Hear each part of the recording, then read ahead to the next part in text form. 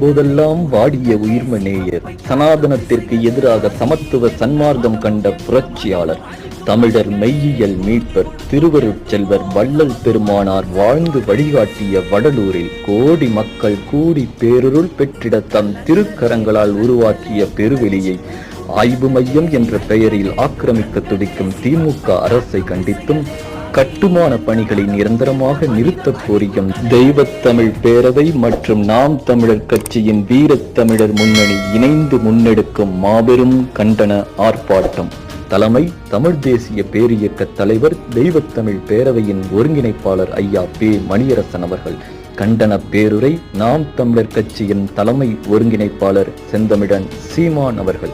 நாள் 4/5/2024 சனிக்கிழமை மாலை 3 மணி அளவில். இடம் வடலூர் பேருந்து நிலையம் அருகில்.